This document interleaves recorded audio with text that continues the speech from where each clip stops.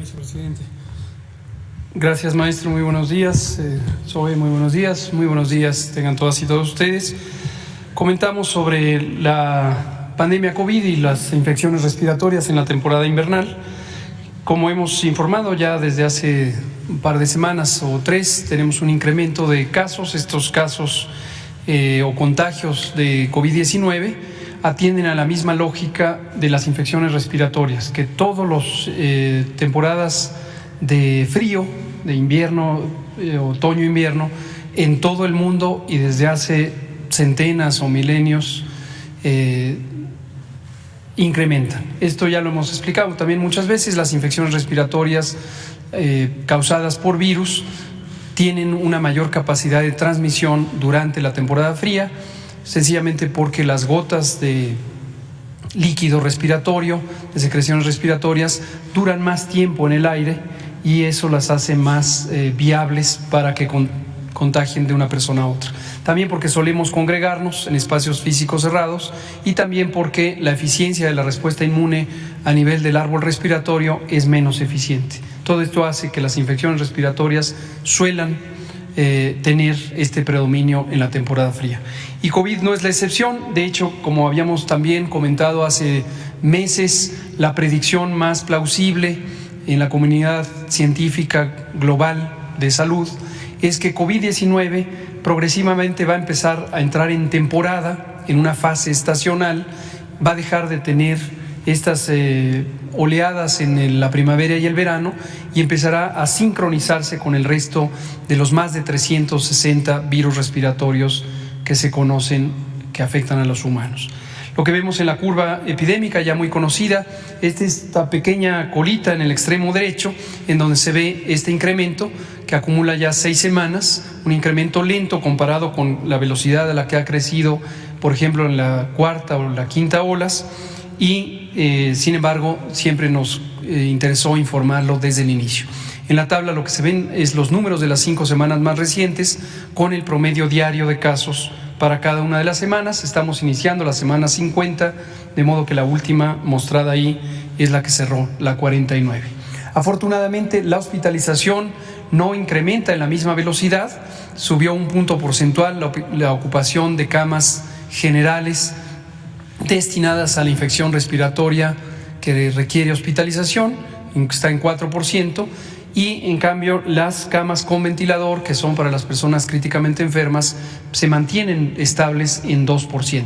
No quiere decir que así se mantendrá, es probable que haya algún incremento durante algunas semanas, pero afortunadamente hay una importante separación entre los contagios y la probabilidad de tener enfermedad grave o incluso de fallecer, como lo vemos en la siguiente gráfica.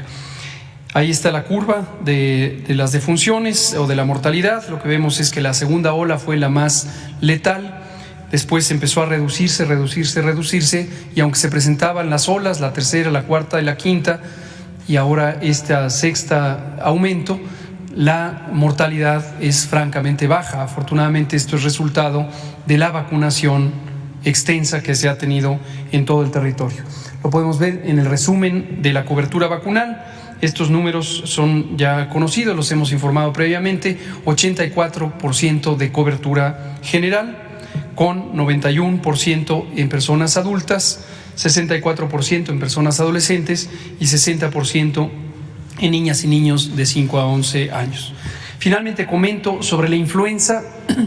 Es notorio que en el mundo entero, durante los 2 primeros años de la pandemia COVID, prácticamente no circularon los virus de influenza, que típicamente son unos de los virus predominantes en la temporada fría.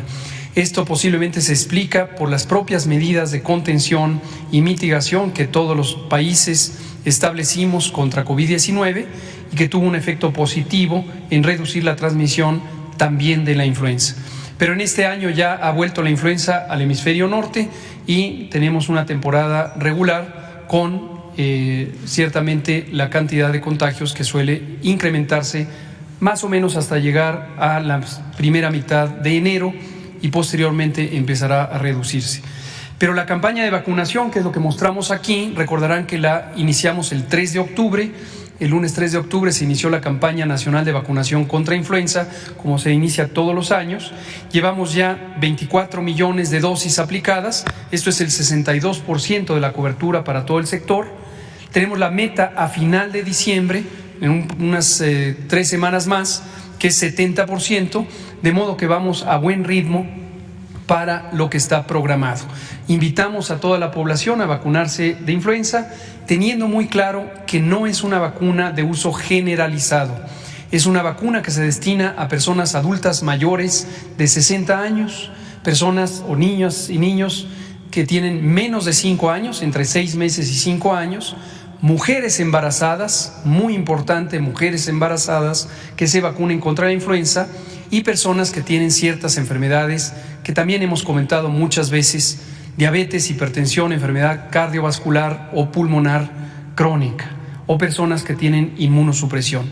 Esto lo enfatizo porque lo que vemos generalmente, no solo este año, sino en general, es que las personas jóvenes saludables acuden a los puestos de vacunación contra influenza, y esto les quita la oportunidad a las personas que realmente se benefician de la vacuna contra influenza, que son los grupos de población que he mencionado. Las personas jóvenes saludables no hay necesidad de que se vacunen, dado que la vacuna no protege contra la infección, lo que hace es proteger contra el riesgo de complicaciones y de muerte. Y este riesgo es notoriamente más amplio en las personas con las enfermedades que mencioné o los extremos de edad. Por último, recomendaciones generales las hacemos periódicamente todas las temporadas invernales, no es la excepción en esta. Vacunarse.